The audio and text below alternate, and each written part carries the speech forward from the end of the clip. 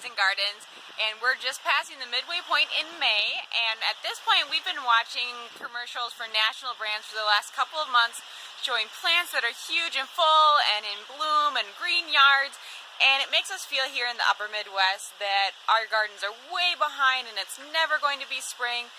But that's just what we live with up here in this cooler climate. And so I wanted to take you through a quick walk today of my own property to show you that even though it is May and a lot of the other parts of the country are in the full swing of like almost summer at this point, we are still very much in early spring. So don't worry, your plants aren't dead. They are still coming. There's plenty of time still of the spring left. So I'll just show you where my plants are at so you have an idea if your plants are around the same area as far as their growth. Also keep in mind that I am near Sioux Falls, South Dakota, so if you're up in northern Minnesota, your plants probably are not as far along as mine, and if you're maybe a little bit further south than here, or if you've had a bit more sunshine or warmer weather, your plants might be further along than mine are. We did just finish a beautiful week of about 80-degree weather. It's only about 55 out right now, and it's been raining all day, so it's kind of chilly. But the last couple of days have been really nice, so that made a huge difference in the plant growth. So let me show you what I have. So let me just start in my Hosta garden, and I kind of have a wide range of Hosta growth going on right now. So you can see that this one is like several inches up out of the ground, and it's growing really nicely. This one's like a little bit, not quite as far along, a little bit shorter.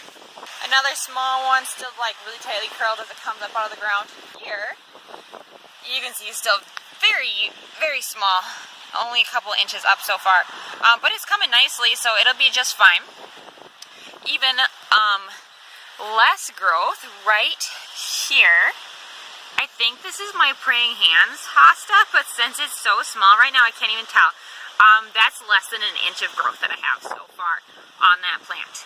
And then, just to kind of further show you how slow some of these plants are, supposed to be a hosta growing in here.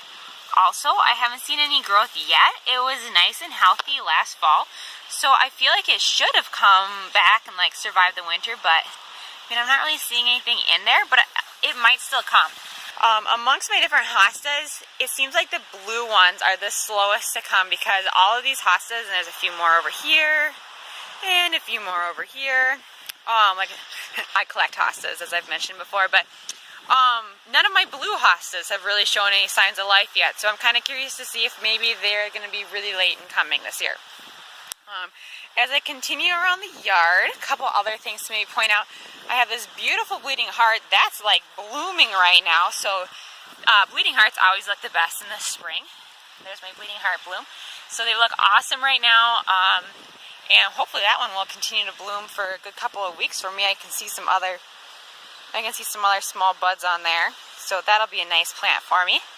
And I'm actually going to head out here across the lawn, and this is an oak tree that finally in the last week started to show, like really put on its leaves.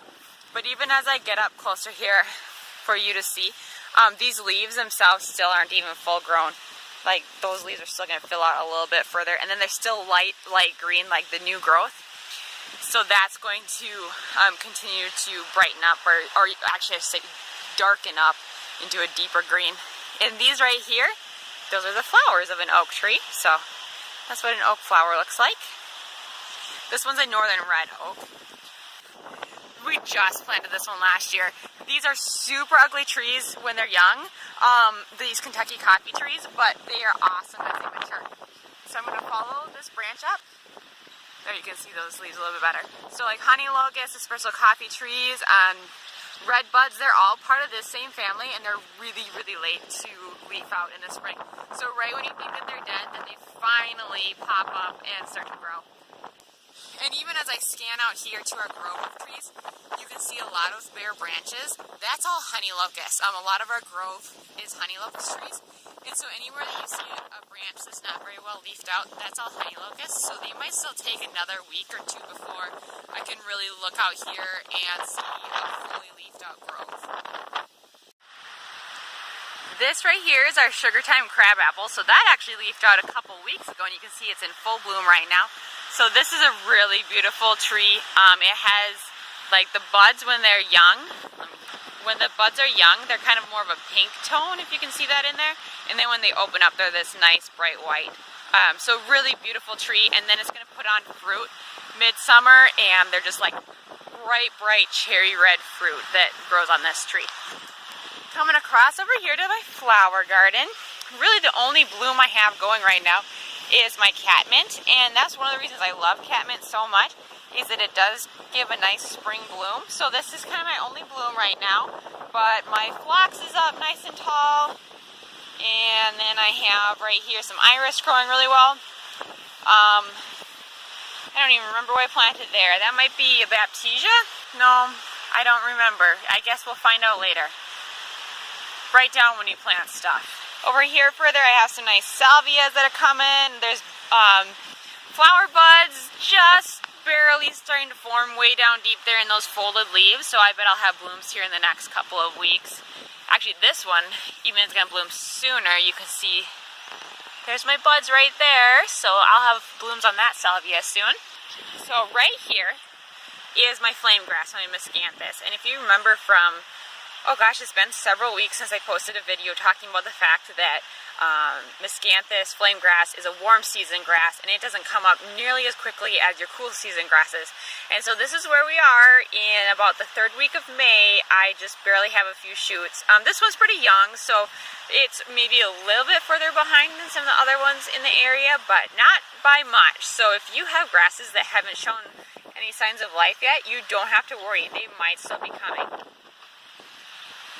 And then coming over here, my Zagreb coreopsis has just a little bit of growth on it. It's kind of looking goofy because it got squished. And then my rose, I can't even remember what kind of rose it is that I planted here, so I guess we'll find out what that is. But that has leafed out pretty nicely, although not all the way. You can see that there's still some pretty tight leaves right here that still haven't quite opened. I have a couple different clematis here along the west side of my garage that have put on some really nice growth in the last week. So they've already started to climb and even wrap themselves around the trellis just a little bit. So those have taken off nicely. And then here is a hydrangea. So you can see it's starting to leaf out, but those leaves are not fully opened yet. So that's going to fill out a lot more as it continues into summer. Here's a gold mound spirea. I pruned that back really hard right at the end of March, and I cut probably over a foot of growth off of it, and you can see at this point you can't even tell that I pruned it that hard. Nicely filled out, bright green color, yellow-green color, coming along very nicely, so those are looking good.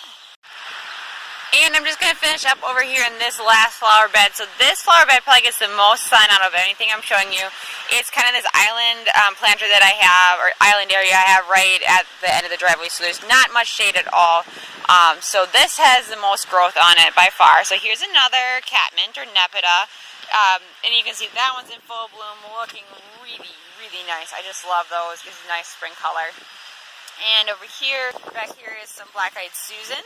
And then I just found the second bloom on my property. This is a perennial bachelor button, or centuria is another name for these. And so that's coming along nice. Not only is it blooming, I can see lots of buds down in here. So we have like all of these points right here. They almost look a little bit like a thistle. Actually, I think these might be related to thistles now that I say that. But all of these points, they're going to become blooms here in the next maybe even a couple of days or two or week. Some cone flowers popping up. I have a peony right here, and not only has it got almost 2 feet of growth on it, but there's several flower buds just starting to form right here at the top. So that's going to look nice. There's another flame grass. There you can see that there's a bit more growth on this one. This is a more mature plant, so I'm not, between being more mature and having more sun than the one that I showed you previously, that's why you're getting so much more growth on it. Let's see, another garden phlox. My daylilies are up nice and tall back there. Here's another baptisia, and that has several inches, over a foot of growth, and I can start to see that there's some flower buds forming up on the top too. This mass right here is a goldenrod. I'm going to have to do some of that. It is huge, and it grew, I think, like almost a foot of that growth came just this week alone. And then also another plant that gets way out of control. This is a heath aster. That one is not very tall. It's less than 6 inches tall, but it just gets bigger and bigger every year. So that might be another future project. And just the last one I want to show you is this grass right here. This is a big blue stem. And so again, it's only a couple inches tall at this point, but it's another warm season grass. So that's why it is further behind than some of the Karl Forster featherweed grasses that you're seeing out and about in landscapes right now. Thanks for tagging along on my garden tour today. I hope you learned a little bit of something and saw some cool plants. If you have any questions about plants in your own yard that you think maybe are struggling or that they should be growing faster than what they have so far this spring, definitely send me a picture in the comments or even send us a message on Facebook. Let me know if you have any questions about your plants this spring and we'll get that taken care of for you. You can follow us on Facebook and Instagram. Check us out at northernyardsandgardens.com and click the subscribe button if you'd like to see more of these videos. Thanks everyone!